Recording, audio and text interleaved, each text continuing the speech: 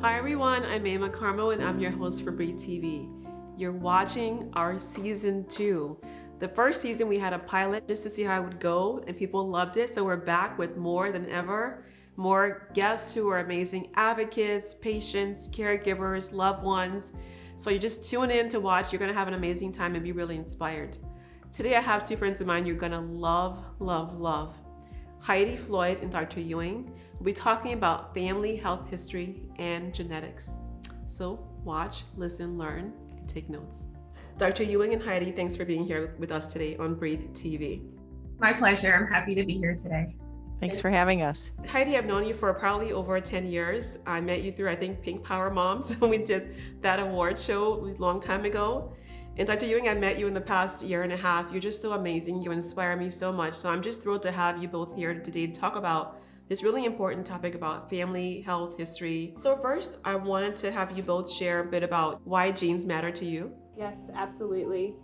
So I am Altovise Ewing.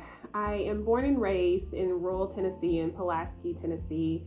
And I had the opportunity to go to college in Memphis, Tennessee at Rhodes College. So for me, my passion for genetics really started as an undergrad. I recall sitting in my senior genetics class in the fall of 2004. And at that time, there was a lot of excitement in the field of genetics because we had just sequenced the human genome and published the human genome. But simultaneously, there were also a lot of reports and statistics that really highlighted the disparities between Black and white women in breast cancer outcomes. And for me, sitting in that classroom and learning about the promise of genetics, I really saw genetics as a tool that could be used to address the problems. And I knew how critically important it was for underrepresented and underserved populations to get involved in research and to also believe in genetics. And for me, I really saw family health history as being that tool to help people understand the potential of genetics and how it could be used to really guide their medical management and help them manage risk moving forward. That's amazing how you could be in a certain place in your life and something happens that's so pivotal. And that thing can just shift the entire trajectory of your entire journey, right? So I think that's so amazing how you were, in college, probably looking for like what's next, like what is your path? And then you realize like I have this opportunity to really learn about Black people and genetics and make an impact with disparities. And this is your work right now. This is your life's work.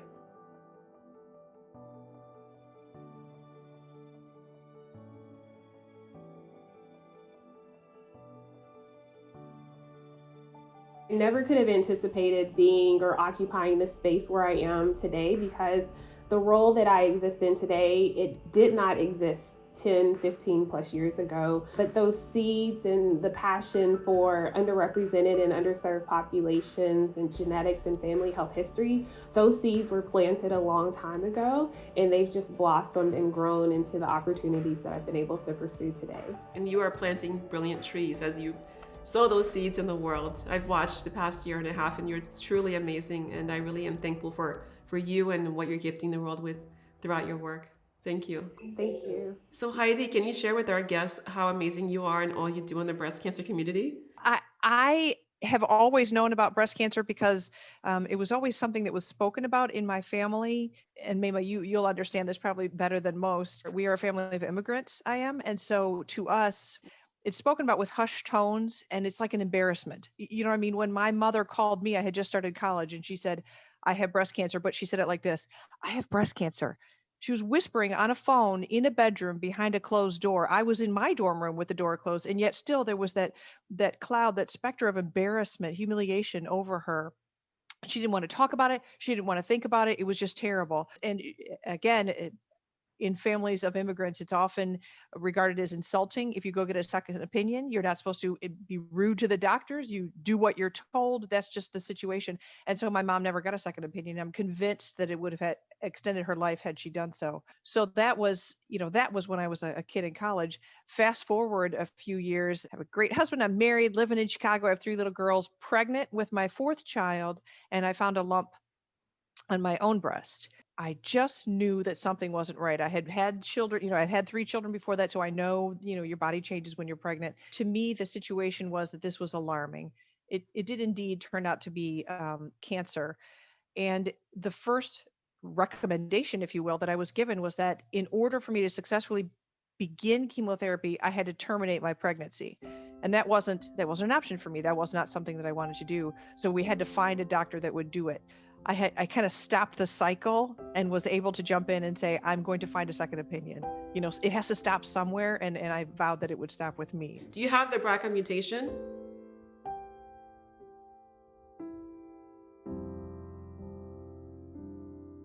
Actually, I was given the genetic test by a brilliant doctor named Dr. Olapade in Chicago. Dr. Ewing knows her. She's wonderful. And she explained everything to me. I, in fact, did not have BRCA1 or 2, but she knows that I have a genetic mutation. And so Dr. Olapade has my tumor and is studying it. Well, you're in good hands then, because she is fabulous. Like, oh, yes. You hit on so many things, though. You talked about the cultural issues around cancer. Like, I'm from West Africa, as you know. And my mother's the woman, I say she gave me life and she saved my life because she taught me the importance of breast exams at 13 years old. And so she's like, know your body. We began doing breast exams at 13. I did them for a long time. That's how I found the lump when I was 31. And even when they told me I couldn't have cancer, I was too young, she taught me, know your body well and you have to push. And so I did. So she saved my life in many ways. However, when I was diagnosed, there was this hush-hush thing in the family. Like, I remember one time my mom was like in the closet calling her friend, talking about breast cancer, but she was whispering about it. And I'm like, why is she in the closet? I can hear her whispering. And I remember feeling very bad. I'm like, is this something that's a shameful thing? And then she was like, don't tell anybody. This is a woman's issues. Let's just deal with it quietly. You know me, I ended up going on television like in a month. And like, she was like, what are you doing? Of course she was proud, but it was like, no one wanted to talk about it.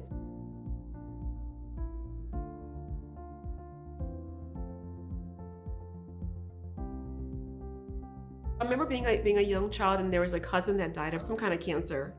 But no one said it was cancer. She was young and she died. I didn't find out until this past Easter that she'd had cancer.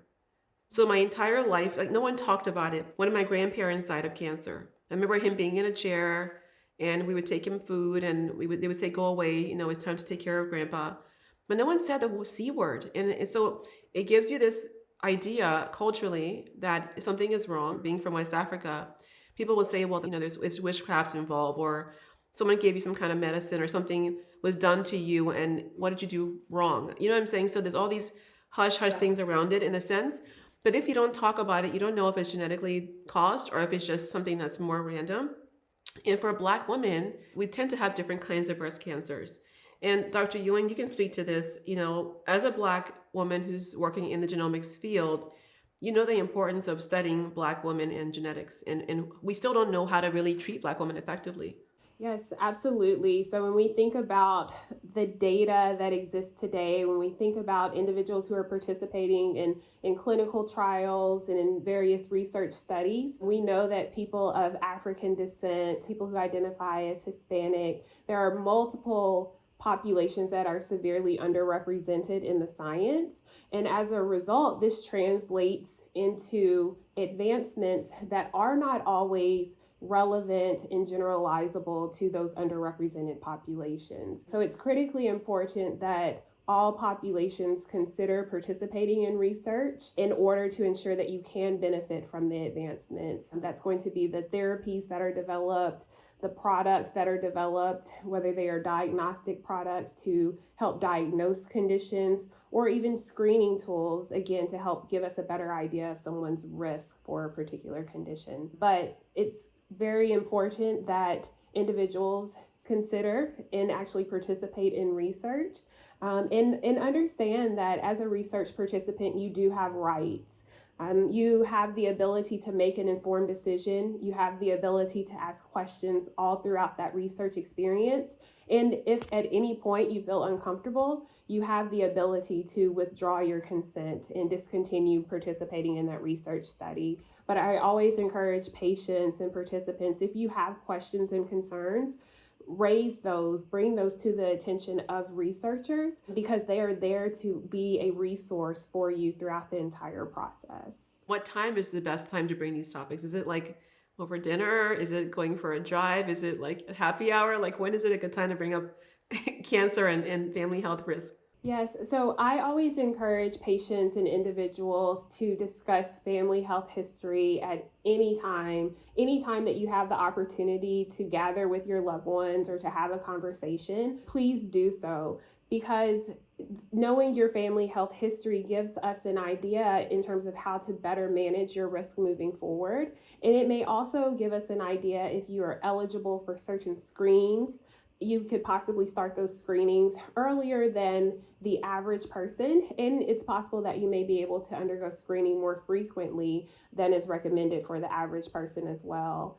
But there is no perfect time to have the conversation. Every time that you are with a loved one, anytime that you are in a family gathering, I encourage families to talk about your family health history.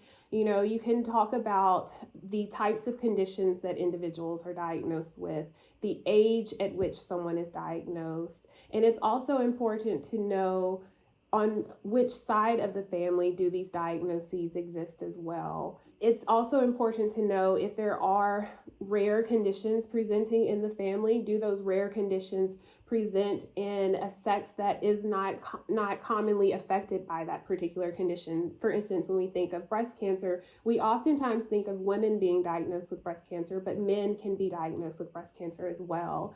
And there are what we call red flags or certain patterns that we can look for in family health histories that may give us an indication or may suggest that there is a hereditary mutation or a pathogenic variant in that family that may cause some of those cancers to present.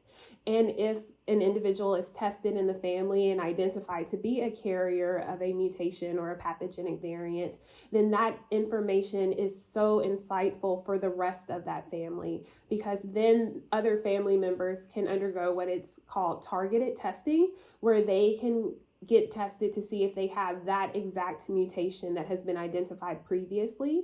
And then if so, again, that information can be used to really personalize and tailor one's medical management from that day moving forward. So you're giving me all this information, and I'm sure that the viewers who are watching are taking notes.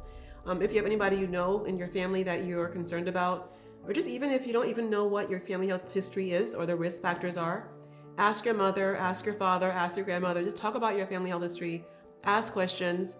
And if you have risk factors, there's ways to stay ahead of the risk factors and preempt them by testing and other potential options. Dr. Ewing, family history and genetics are different things, yet we often hear those words used interchangeably.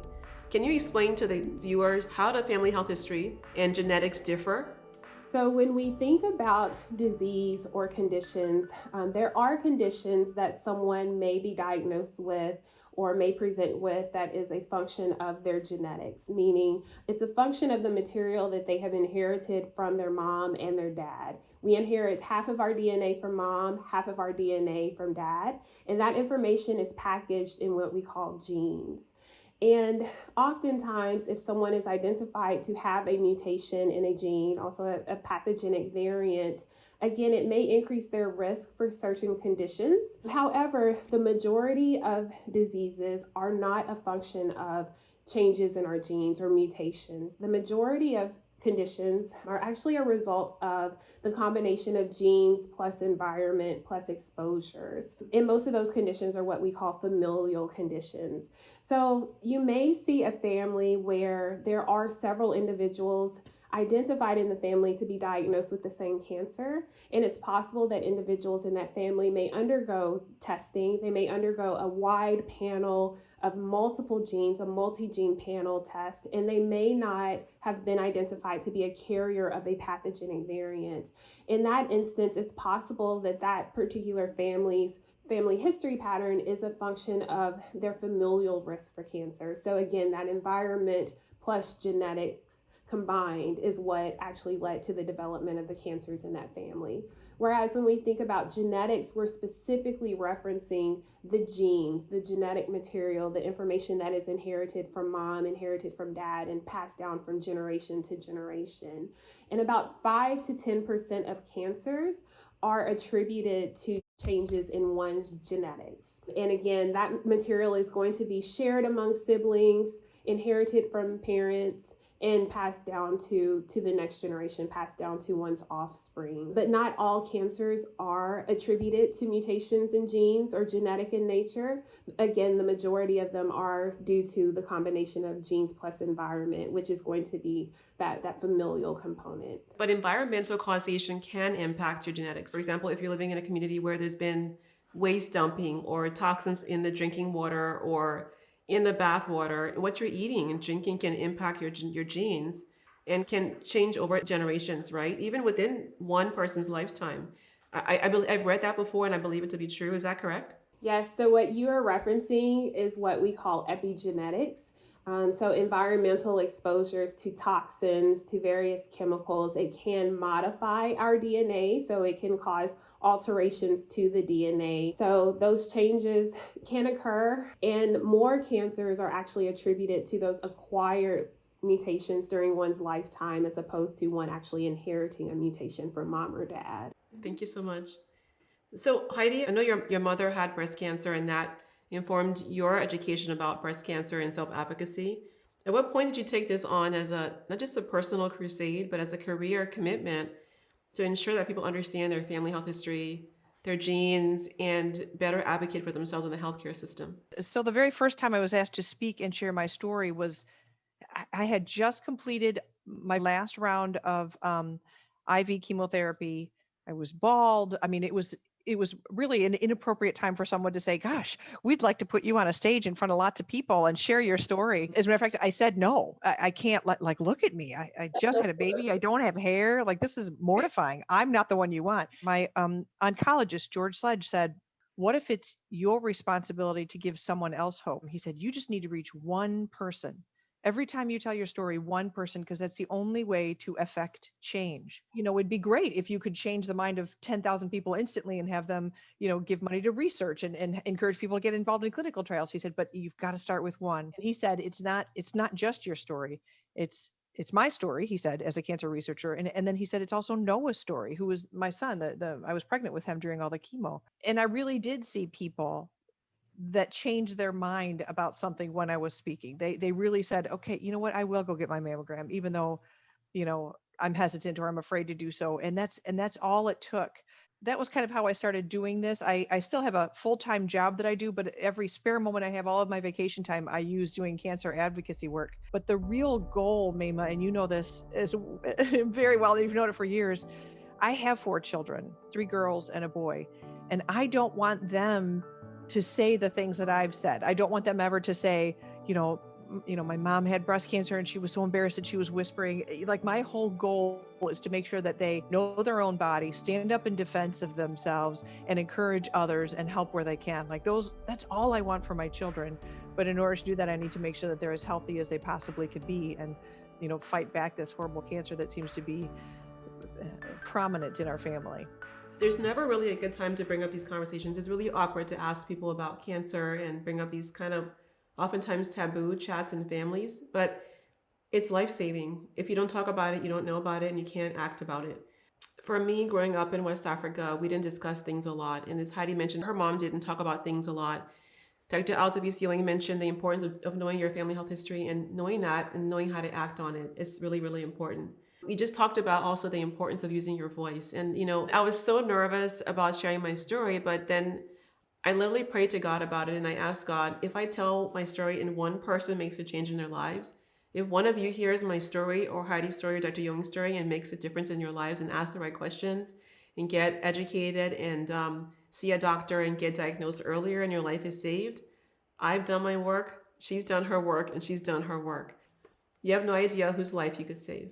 So Heidi, and you talk about now you're just an amazing advocate, and you are amazing. I'm sorry, I'm going to say it again.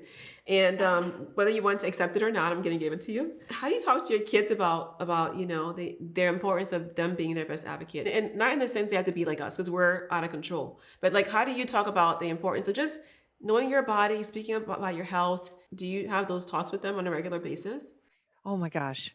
From the moment, nope, even before they were born. Because, I was pregnant with Noah when I was going through chemo, and I would be like, okay, listen, buddy, if I'm not going to make it, here's what I need you to know.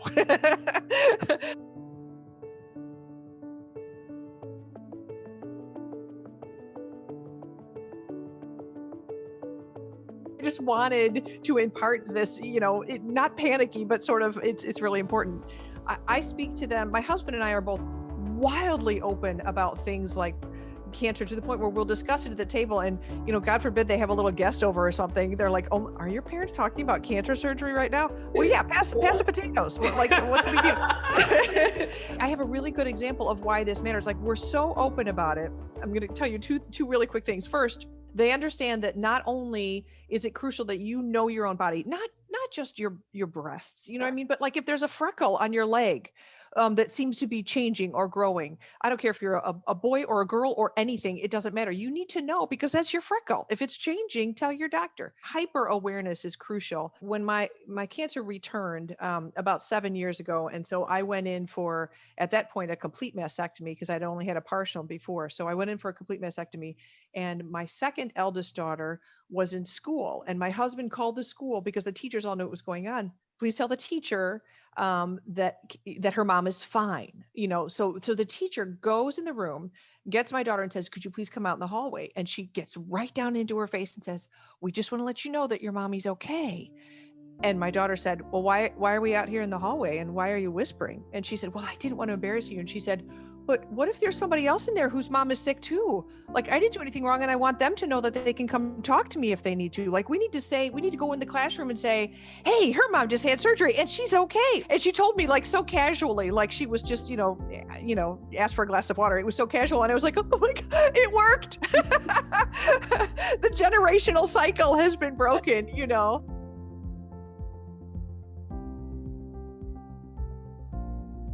And the other big thing I stress to them, because I talk to them about it constantly, is that you shouldn't, unless you really feel strongly about it, you shouldn't go through this by yourself.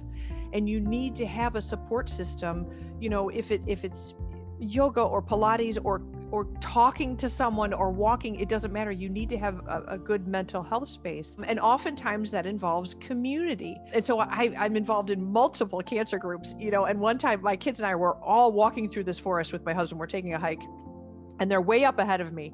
And the little one says, look at that tree. It looks like it has a tumor. It's got a bump on it. And the kids said all together, oh, don't tell mom, she'll get it in a tumor tree support group. So they know, I've talked to them enough. My husband and I both have talked to them enough that they're completely comfortable with it in the proper body terms. You know what I mean? I don't have any cute name. I had breast cancer. That's it. I'm not going to call it anything cute. It's not cute. So I think it's important that they also learn true and proper body part names, if you will. Yeah, but I love how you made it like just part of your lifestyle, right? Like my daughter and I discuss breast cancer because, especially during COVID, I'm in the house every day working. She comes for breakfast, I'm talking about cancer. Lunchtime, talking about cancer. My friends who go through breast cancer, any kind of cancer, call me. I mean, you guys text me, you and I talk, we FaceTime, whatever. It's part of our life. And people always tell me in the past, like, your daughter's around cancer a lot and she's seeing the loss, she's seeing the hurt. I said she's seeing beauty though. She's seeing compassion, she's seeing caring, she's seeing how you hold your sister's hand when she's in a place of fear and how you pull her out of that fire and you empower her. She's seeing that too. And so, but I always wondered over the years since she was little, because she was 3 when I was diagnosed. I was like, how was she gonna turn out? One day, it was like 2-3 years ago, and she had some friends over and we ordered pizza and we're in my room in the bed watching some show, and I had my Palo Santo and Sage and we were just playing music and talking. And one of my friends called and I said, I gotta go get this phone call. Then one of my daughter's friends said, well, who is that? Noelle says her friend's metastatic. And there were like 4 or 5 girls in the room that were under the age of probably like 16. And they said, what's metastatic? And she goes, oh, it's stage 4 breast cancer, but you can be met also with other disease. And then she began to explain to these girls what it meant to be stage 4, how the cancer would progress, and what the girl needed. And she's like, mommy needs to take care of her friend. She'll be right back. But she was like explaining this as if it was like she's making breakfast, talking, because she's been hearing this for her whole life. And so if I've done nothing else right in my life, I know that I've given this young woman a chance, like you said, to break this cycle of not talking about these things, about the taboo around it, about not whispering about being a cancer warrior. We have gone through a lot. We are badasses. We've conquered. And even if you don't make it through, you still are a conqueror, right? So, I don't want to hear my daughter talking about cancer and whispering about it and hiding it. Her body's strong, her body's powerful. It's going to work for her and fight for her, but she has to be her body's ally as well. So that's why I believe in the importance of these kind of conversations and sharing, data and statistics, and just we talk about health a lot and being empowered and living our best life, but discussing these, our health is also part of living our best life. We can't discuss the things that are like, fun and not without the other things that could really harm us if we don't talk about them. Dr. Ewing, testing about genetics can tell us a lot about our health. Can you explain the benefits of testing? Yes, so genetic testing information can be very helpful in managing one's risk for a condition, because at times knowing one's genetic status can determine if someone is a candidate for removal of both breasts or a bilateral mastectomy, and even if someone should consider additional surgeries in the future as well. It can also give us some insight as to whether a particular therapy may be recommended for someone as well. But my role as a cancer genetic counselor was very rewarding, because my patients were oftentimes looking for that information to help them make the informed decision to undergo surgery or to forego surgery, and also to give them some insight as to whether or not to pursue chemotherapy. But knowing your genetic status is also informative even if you do not have a personal health history of cancer, because knowing your status may be an opportunity to help prevent the occurrence of cancer. So if you know that you have inherited a pathogenic variant or a mutation in a gene that increases your risk for cancer, your healthcare providers, your medical team can start screening you earlier than the general public is recommended to undergo screening. And it's possible that you may be able to undergo different types of screenings, as well as an increased frequency of the screenings relative to the general population as well. So knowing your genetic status, knowing that genetic information can be helpful in managing your risk, establishing your treatment plan, and then share that information with your relatives, with your loved ones as well. Because again, we share our DNA with our parents, with our siblings, with our children, with our cousins. So it's possible that relatives may have inherited that same pathogenic variant or mutation. And if they are carriers of that mutation, then again, that information will be helpful in guiding their medical management moving forward as well. Yeah, and also to your point, there are more high-risk hospitals now. There are a few that I know that only monitor high-risk patients. They even target based on the person's ethnic background as well, which is really, really important. Women of color, as you know, have more aggressive breast cancers, are diagnosed at later stages. Treatments don't often work on our bodies as they do on our Caucasian counterparts. So studying Black women in genetics is really important in terms of working to end disparities in people of color. Can you tell me more, or tell our listeners and our viewers rather, why it's important if you're watching and you are Latina and or African American who are high-risk populations, why testing is so crucially important for this population? So it's very important to consider undergoing genetic testing and to talk about your family health history, because this is an opportunity for us to reduce and hopefully eliminate some of the disparities that we see across the cancer continuum. As Maimah mentioned, Black women are more likely to be diagnosed with the most aggressive form of breast cancer, triple negative breast cancer, and that's at younger ages. And the way that we can help eliminate the disparities between populations is, one, to get involved in the research so that we can identify those genetic variants that may predispose one to cancer. The sooner that we're able to identify those variants, the better the chances of actually being able to help someone combat that disease and manage that disease.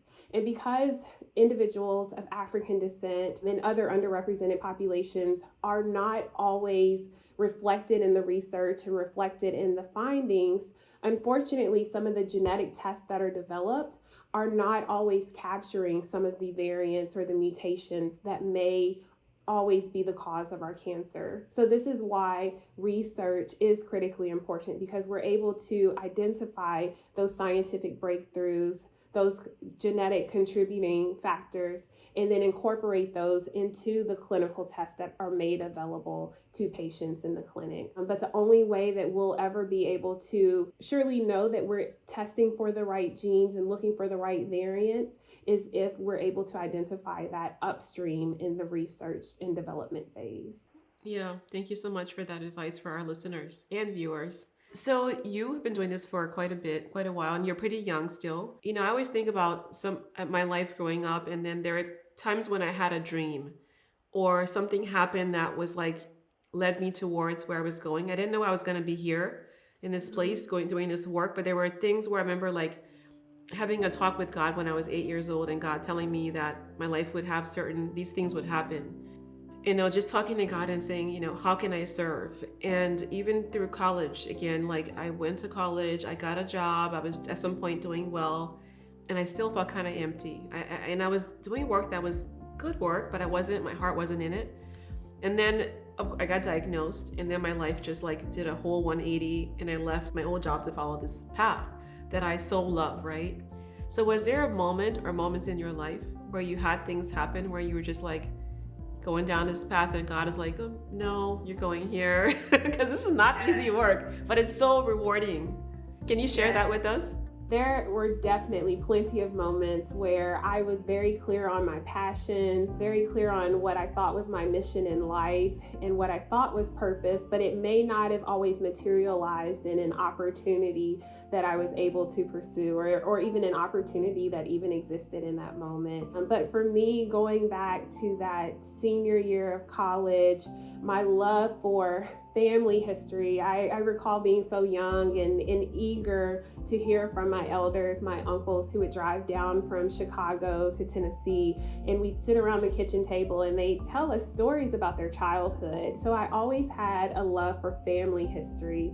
And then my love for family health history, just knowing if family members talk about how wonderful their families are and layer on that family health history information, then ultimately it could provide an opportunity to help save lives, help prevent disease, and help keep our loved ones here much longer. So those were some of the factors that motivated me to pursue the field of genetic counseling, on top of the fact that I knew that there were so few genetic counselors who looked like myself, but also realizing that people who look like me are underrepresented in research and have encountered instances in the past where we've been mistreated by researchers and establishments. So there may be a degree of mistrust that is definitely warranted there. So I recognize how critically important my presence would be in the space to be able to communicate information about genetics, about family health history. But another pivotal moment for me as I was in graduate school and I went through my rotations, and specifically at my cancer rotation, I just knew that this would be the moment where everything would collide. My passion, my mission, my purpose, everything would converge. And as a student, as a trainee, I watched women who looked like me walk through the door, and they were young, and some of them were diagnosed with cancer. But I also heard the genetic counselor tell them that they were not eligible for genetic testing at that time. And oftentimes it came down to missing family health history information. They may not have known enough information about relatives on both sides of the family, or they may not have known the ages at which people were diagnosed with cancer, or they may not have known the types of cancers people were diagnosed with.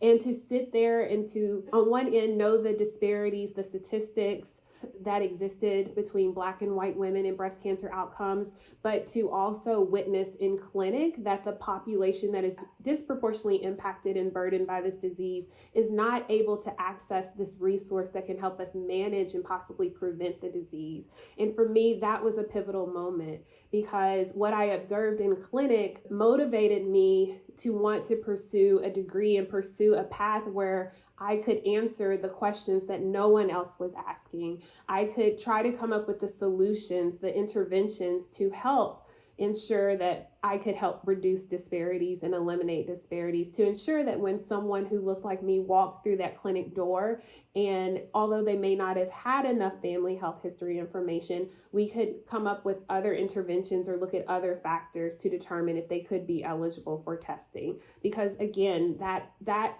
piece of information was key in being able to offer someone preventative surgeries offering someone screening at an earlier age or more frequent screening. So those are just a couple of experiences during my lifetime where my passion, my mission, my purpose, and now today I can say my vocation all converge in opportunities that I'm truly blessed to be able to experience. Can we just give her a little bit of applause? So amazing. I love it. But what you talked about just now is like, so your love for storytelling and your family's love for sharing their stories about the family inspired you to want to do this work, right? So you just gave me a great gift for our listeners and viewers. So when you think about talking to those you love about genetics and family health history, it shouldn't be that difficult. It's just really asking them to tell you their stories, asking about your mother and your father and what happened in their past in their health, asking about their parents and their parents. And so maybe it's easy as having these dinners and talking about your health history. And so just kind of maybe plan dinner with somebody and have people over the house. Of course, during COVID, be safe. And just have these easy, casual talks about history and ways to prevent and lower your risk of disease. So Heidi, when we first met, I was just starting out. I think I was like 2 or 3 years in, and I was still kind of like baby steps. What am I doing right now? Just tell my story, going places, and things are happening I don't know. And I met you and became like really close friends really quickly. But at what point did you realize this was not going to be just a passing phase for you? For me, realizing that there's more to do, it always feels like there's more work yet ahead of us, all of us, not just, advocates, but obviously the researchers, they bear the heavy load. But I've been asked to sit on various grants review boards, and that's really been profound for me because right now I'm working with the Department of Defense for their grants. People submit grant requests for cancer research funding, particularly breast cancer research funding. And there's a patient advocate who sits on those boards, and I'm one of them, to review the grants and determine who gets the dollars. And I've learned so much through that. It's incandescent to see. It's just documents of hope is how I look at them. And I'm hungry for more. I had been asked to go speak to a group of breast surgeons, and they were all very rare. They were all men. The entire audience was men. Did the speech, and I got like this golf clap, sort of polite afterwards. And I was like, oh, I felt terrible. I felt like I had failed. I came home and I told my husband, I'm never speaking again. I'm not going to do this anymore. Like, no, but he said, what, do you need everyone to give you a standing ovation every time? And I was like, well, yeah. I mean, they didn't even care that I was there. I was just some patient. They didn't care. They just wanted to go back to their steak dinner or whatever. And I felt really dejected. I really thought that I was done. And then I got a call, I kid you not, just weeks later, from a woman who said, I heard you speak at this event and my daughter's been diagnosed and she has breast cancer and they're telling her she has to terminate her pregnancy. And I said, I'll help you. I'll do whatever it takes. And I said, what, can you remind me again? Where did I meet you? And she told me the name of the event. And I said, I don't mean to be rude. And I know your daughter's going through everything right now, but I was at that event. I was speaking and there were no women in the room. It was all men. And she said, I was the one in the hotel ballroom who was serving coffee. Oh. And when you started to speak, I hid behind a post with the coffee pot and listened to you speak the entire time. And I didn't know why, but God told me to stand there and listen to you. And she said, and now here I am weeks later, my daughter tells me not only is she pregnant, but she's diagnosed. And at that moment, it was like the world just shrunk right down to she and I realized exactly what Dr. Sledge had told me. It's none of your business how many people are in the room. Your job is to get up there and tell your story.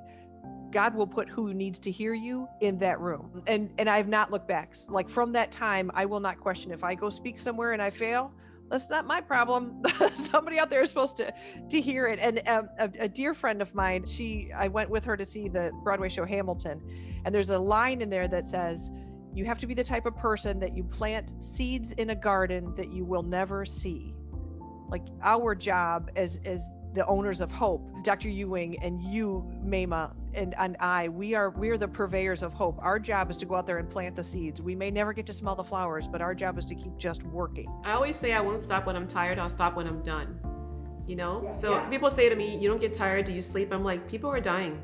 If I do sleep, but if I don't push the needle, if I don't innovate, if I don't ask questions, while I'm taking a break, someone could be getting the late diagnosis, being late stage cancer, and I also say a lot to like the people that I may help, I may never know them. The work that we do, we don't often know who's going to tell that story to the next person and the next person and the next person. So you don't have to know me. But if I tell one person in the gas station who says, oh, why is that a pink ribbon on your car? Or why is that a pink ribbon on your purse? Or why do you have that shirt on? I tell my story. My daughter's like, no, I was like, she's a pro at this, mommy. We'll tell her story at the gas station, the bank, the DMV, anywhere. But she knows that if I tell that one person and you pass it on, this work supersedes just us. And so I love is that we're purveyors of hope through planting these seeds, asking these questions, having these conversations. And, you know, I think it's so beautiful when you have a heart of giving. There's a quote I love. It says, service is the rent we pay for a living. People might laugh and say, well, you got to pay the bills, which of course you do. And I'm, you know, we do. But when I began this work, like you guys, I didn't have any training. I didn't have any coaching on how to begin a nonprofit, how to speak.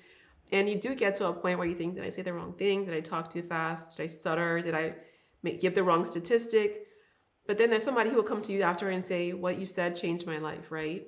And that's what matters. And so for the listeners, you know, and viewers, it's really about, you know, sometimes having these family talks are scary. And it's scary to know what may happen as a result of what you learn. But knowledge is power. And if you don't ask, you don't know. If you don't know, you don't do better. If you don't do better, you may have a worse outcome. If you change your outcome, it could be a better one. And so it's always important to have the conversation. If you're scared, call me, Dr. Ewing, or Heidi. We're happy to help.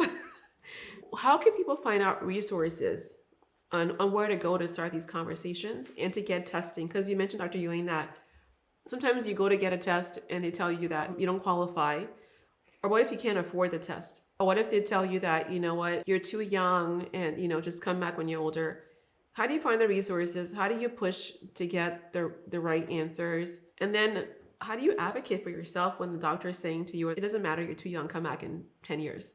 Yeah, so the number one resource that I encourage people to check out is the National Society of Genetic Counselors website. So on that website, there's a tool to find a genetic counselor, as well as a plethora of resources from various support groups, advocacy groups, and even educational tools in terms of how to have a conversation about your family health history.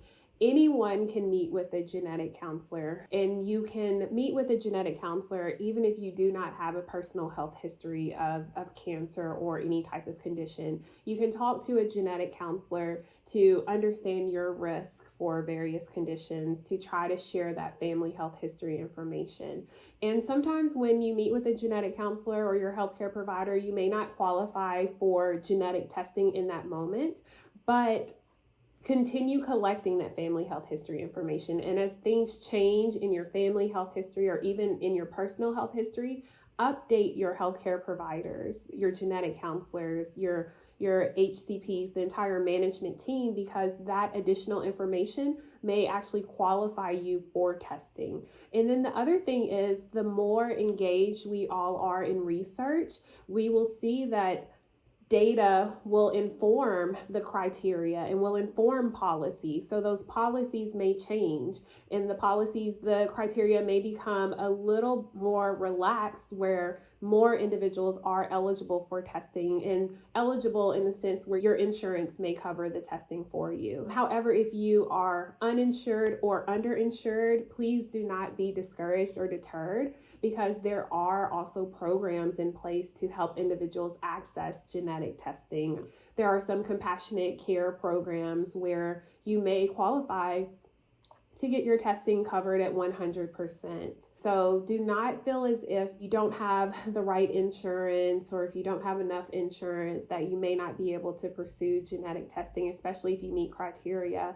And even if someone tells you you're not eligible in that moment, stay attuned to your personal health history, your family health history, and update that information along the way. Because again, that family health history information can still be very useful in guiding your medical management, even if we don't know your genetic status. For instance, you may have a family where there is someone who is diagnosed with colorectal cancer, let's say at age 40. That person's family members may be eligible to start their colorectal cancer screening at age 30, so 10 years prior to the youngest cancer in the family. And that's based on family health history information alone. I just encourage people, continue asking questions, continue sharing information. Check out the National Society of Genetic Counselors website. Check out Tigerlily's website. Check out Facing Our Risk of Cancer Empowered Forces website. There are so many phenomenal resources to encourage people to have the conversation about family health history, understanding your insurance and coverage for testing, as well as some of these state and federal laws that are in place as well for individuals to undergo testing.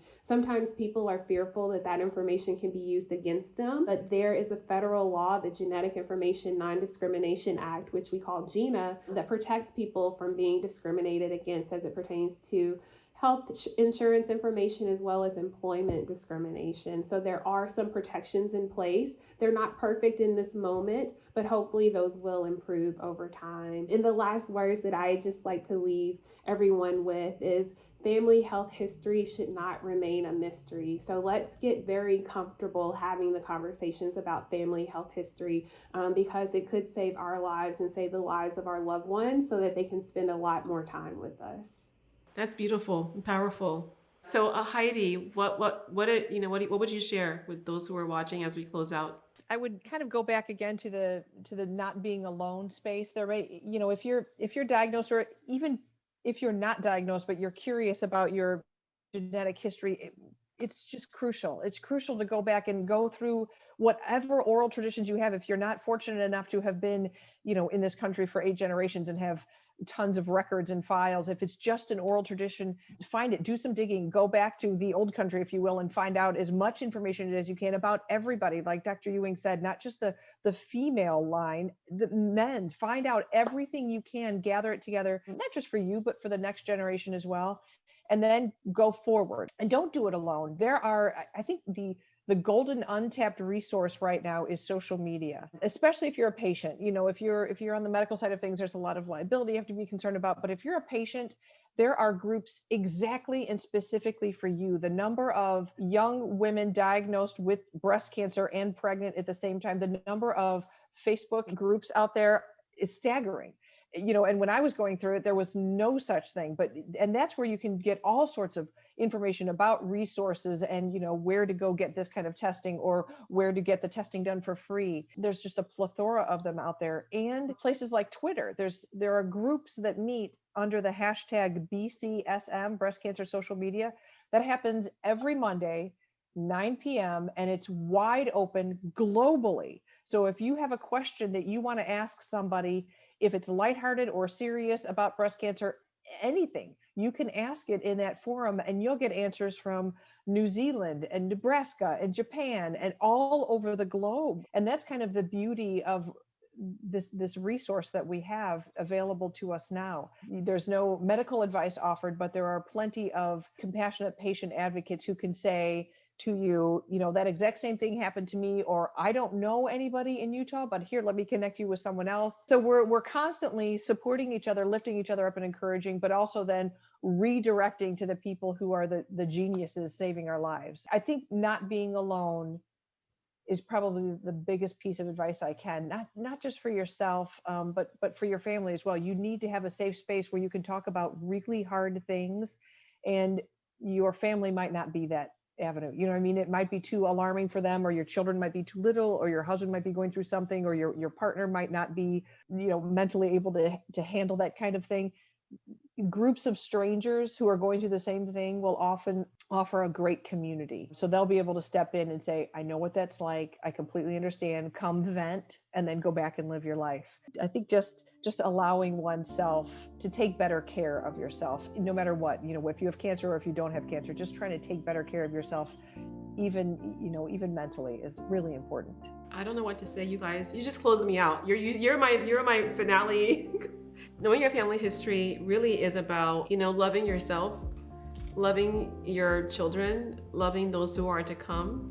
And to your point, Dr. Ewing, you talked about knowing your health history is so important because it can change your outcome, for one, but you're not alone. And so if you think that you're alone, you're not. There's tons of groups like Tigerlily, there's other groups that offer ways to get testing rather, and screening, and some for free, or they may cover some of the cost. And to Heidi's point, these can be oftentimes hard things to talk about. If you want to start someplace, really easy, go to Facebook if you want. There's tons of groups out there. There are people just like you who want to talk about things like this just like you do and don't know where to start. So find a group on Facebook, go to Force, come to our site at Tigerlily to learn how to ask the questions because they're important, you know? I always say that you have this one body and it's your temple, and you have to ask the tough questions because your life matters, you matter, and your legacy matters. And so thanks for being with us today. This has been an amazing conversation about family health history.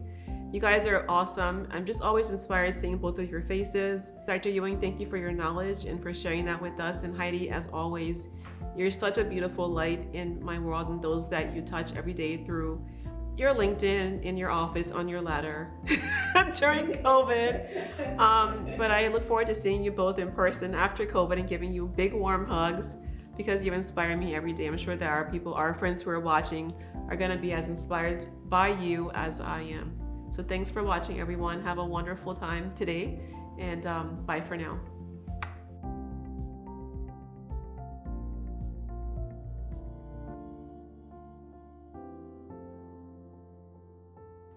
Brought to you in partnership with Puma Biotechnology.